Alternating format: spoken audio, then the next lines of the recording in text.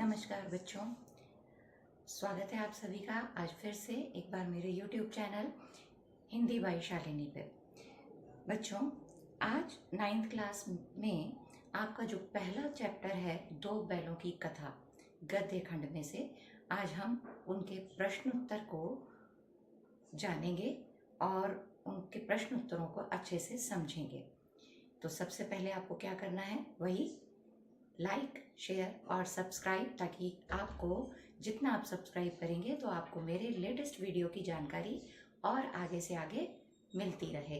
तो आप फटाफट से कर लीजिए लाइक, शेयर और सब्सक्राइब, और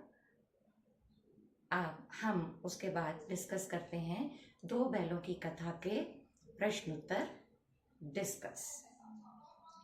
तो बच्चों, जैसा कि अब आपकी जो नई बुक आई है गंगा, उसमें दो बैलों की कथा जो पाठ है उसके प्रश्न आपने देखा होगा कि पिछले साल के जो दो बैलों की कथा के प्रश्न है उसके मुकाबले प्रश्नों को में थोड़ा बदलाव किया गया है।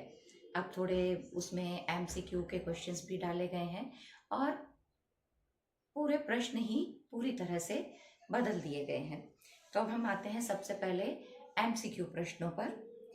कहानी में हीरा और मोती का आपसी संबंध किस गुणों को मुख्य रूप से दर्शाता है? इनमें जो 4 ऑप्शंस दिए गए हैं आपको, प्रतिस्पर्धा और प्रतिद्वंदिता, एकता और सहयोग, गर्व और दंभ, विद्रोह और क्रोध। तो इनमें सही उत्तर है एकता और सहयोग।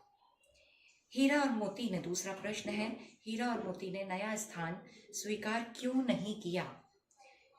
ऑप्शंस थे कि उन्हें भरपेट भोजन दिया गया, उन्हें बहुत मोटी रस्सी से बांध दिया गया, मालिक ने बेचा ये सोचकर उन्हें अपमान लगा, उन्हें अलग अलग बांधा गया। और इसका सही ऑप्शन है मालिक ने बेचा ये सोचकर उन्हें अपमान लगा। तीसरा प्रश्न था, बैलों ने रस्सी तोड़कर घर लौटने का निर्णय क्यों लिया?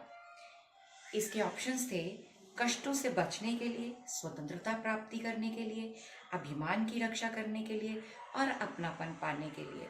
पर इसमें सही उत्तर होगा अपनापन पाने के लिए, क्योंकि रस्सी तोड़कर वो घर वापस इसीलिए तो लौटना चाहते थे ना, कि वो अपना, उन्हें चोरी से अपनापन मिलता था, तो उसी अपनेपन के लिए वो वापस आना चाहते थे। चौथा प्रश्न है, गया द्वारा डंडे से मारने पर मोती का आक्रोश किस मानवीय मनोवृत्ति का द्योतक है? यानी ऐसी कौन सी मानवीय मनोवृत्ति जो ज्यादातर ह्यूमन नेचर होती है, जो आप मनुष्य करते हैं। तो ऑप्शंस थे इसके स्वाभिमान, अहिंसा, पराधीनता, अन्याय से रक्षा। तो इसका उत्तर होगा अन्याय से रक्षा। कहीं कहीं मैंने देखा किसी PDF में इन ऑप्शंस में अन्याय की रक्षा दिया हुआ है।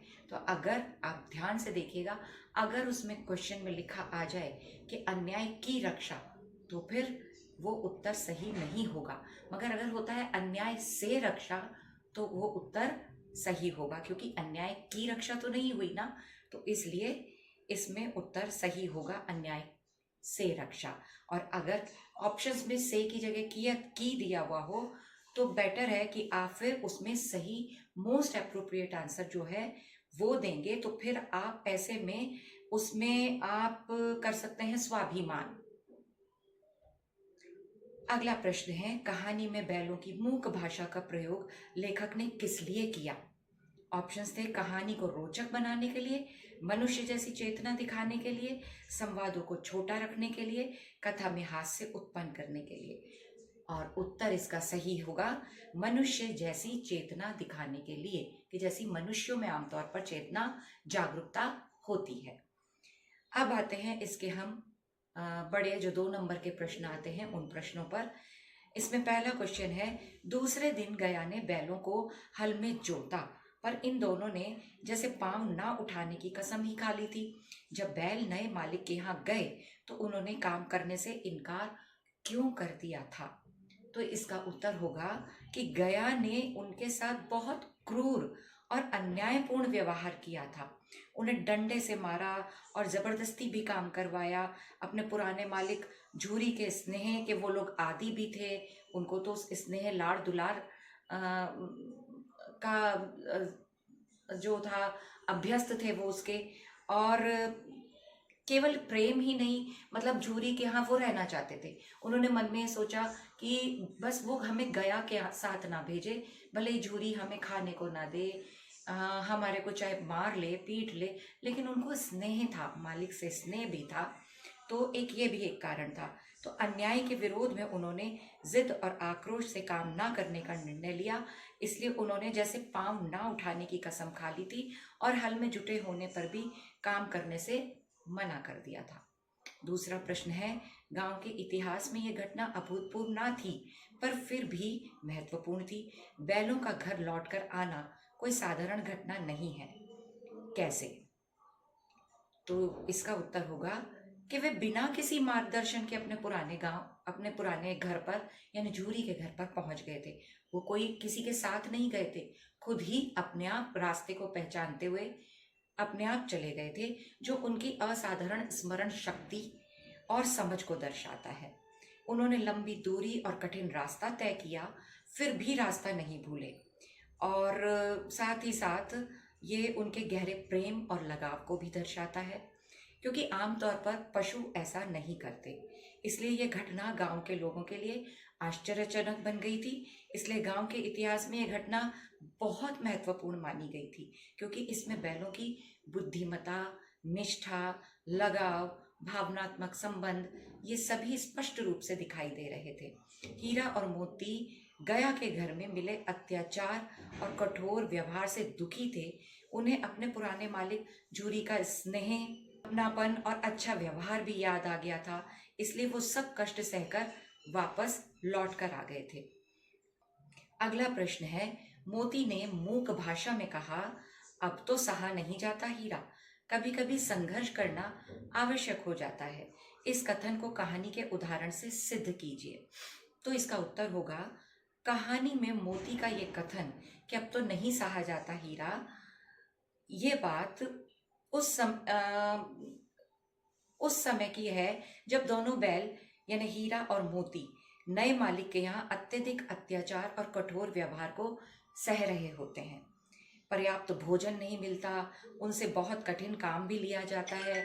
शुरुआत में हीरा और मोती धैर्य और सहनशीलता से सब कुछ सहते भी रहते हैं, क्योंकि वो स्वभाव से शांत और अपने मालिक के प्रति निष्ठावान होते हैं। लेकिन जब अत्याचार अपनी सीमा को पार कर जाता है, तब मोती को लगता है कि अब चुप रहना गलत है। अन्याय के खिलाफ संघर्ष करना बहुत जरूरी हो जाता है, और फिर वो वहां से भाग निकलते हैं। ये उनका संघर्ष ही तो था कि जिसने उन्हें अत्याचार से मुक्ति दिलाई। इस उदाहरण से स्पष्ट होता है कि जब अन्याय और अत्याचार हद से ज्यादा बढ़ जाए, तब केवल सहन करना उचित नहीं होता, बल्कि साहसपूर्वक संघर्ष करना बहुत आवश्यक हो जाता है। तो मोती का ये कथन सत्य को सिद्ध करता है। नेक्स्ट क्वेश्चन है, जब पेट भर गया और दोनों ने आजादी का अनुभव किया, हीरा और मोती स्वतंत्रता और अपनापन दोनों में से किस भावना से अधिक प्रेरित थे? कारण सहित उत्तर लिखिए।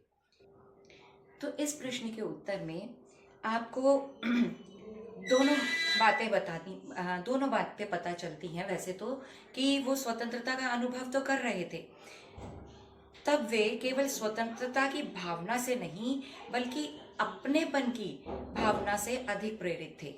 स्वतंत्र तो वो थे, वो चाहते तो पेट भर गया था, वो स्वतंत्र रह करके बाकी जानवरों की तरह ही स्वतंत्र जीवन कहीं पर भी यहाँ वहाँ बिता सकते थे।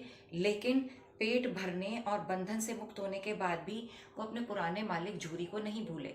वो जाना वही झूरी के पास ही चाहते थे, क्योंकि उनको झूरी का अपनापन याद आ रहा था।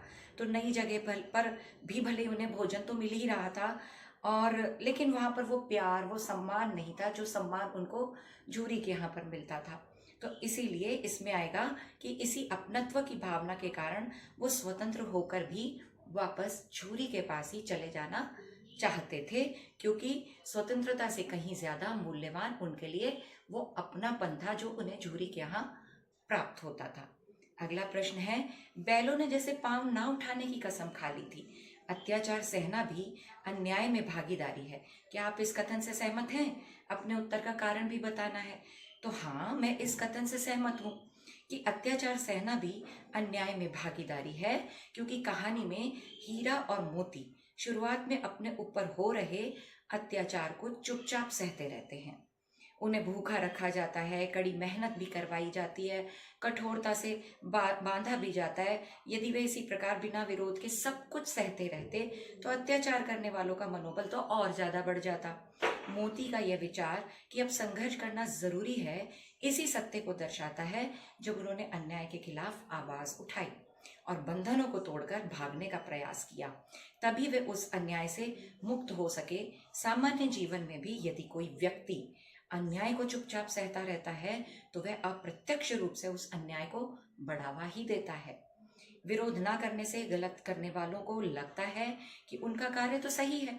इसलिए यह कहना उचित है कि अत्याचार सहना भी अन्याय में पूरी भागीदारी है।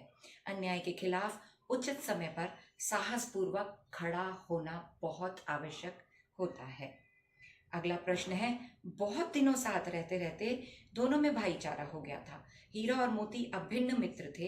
कहानी की किन किन घटनाओं के आधार पर यह निष्कर्ष निकाला जा सकता है? तो कम से कम 3 बिंदु आपको बताने हैं। तो देखिए, इसमें आप 3 बिंदुओं में से पहला बिंदु बता सकते हैं कि साथ रहने और काम करने की आदत थी। दोनों एक साथ ही साथ रहते थे, एक दूसरे पर बोझ नहीं डालते थे, चाहते थे कि बोझ हमारे ऊपर ही ज्यादा रह ले। और नाद में भी मुंह एक साथ डालना, नाद में से मुंह एक साथ निकालना, और ऐसे दोनों में आपसी प्रेम था।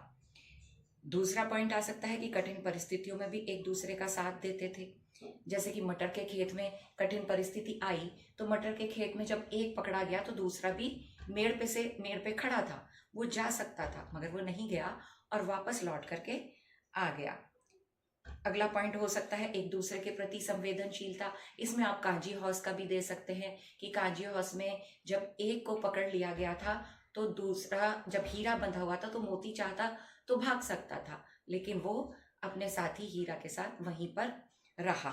तो दोनों में एक भावनात्मक जुड़ाव था जो कि सच्चा भाईचारा और गहरी मित्रता को दर्शाता है। नेक्स्ट क्वेश्चन है, उसी समय मालिक ने आकर दोनों के माथे चूम लिए। कहानी में मालिक और छोटी लड़की दोनों के व्यवहार की तुलना करनी है। तो मालिक का व्यवहार तो था कि मालिक जो था वो मूलतः दयालु और प्रेमपूर्ण था।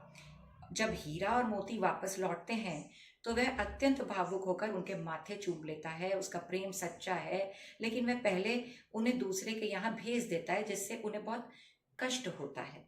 और छोटी लड़की का व्यवहार कैसा था? छोटी लड़की जो गया के यहाँ पर मिली थी, छोटी लड़की शुरू से ही करुणामयी और सहानुभूतिपूर्ण है। वह बैलों को भूखा देख करके चुपके से रोटी उनको आके खिला जाती है। उनके दर्द को समझती है, इसलिए समझती है क्योंकि उसकी खुद की भी एक सौतेली माँ है जो उन्हें मारती पीटती है, उसको मारती पीटती है और अत्याचार करती है।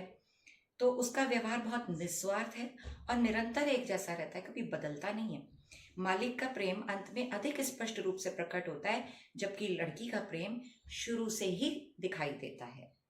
तो मालिक कभी कभी परिस्थितियों के कारण बैलों से दूर भी हो जाता है कि पत्नी का दबाव के कारण वो अपने साले के साथ में उनको भेज देता है। तो मालिक का व्यवहार फिर भी थोड़ा बदलता रहता है, लेकिन लड़की का व्यवहार बदलता नहीं है। तो ऐसे में छोटी लड़की का व्यवहार अधिक निरंतर और निष्काम करुणा का प्रतीक कहा जा सकता है। तो बच्चों, ये थे इस पाठ के सभी प्रश्न उत्तर। अगर इनके अलावा भी आपको कोई भी इस पाठ में कैसी भी कोई जानकारी मुझसे कैसी भी चाहिए तो आप मुझे कमेंट कर सकते हैं और पूछ सकते हैं और अपनी समस्याओं का समाधान प्राप्त कर सकते हैं, क्योंकि when Shalini is here, then no fear. Bye bye.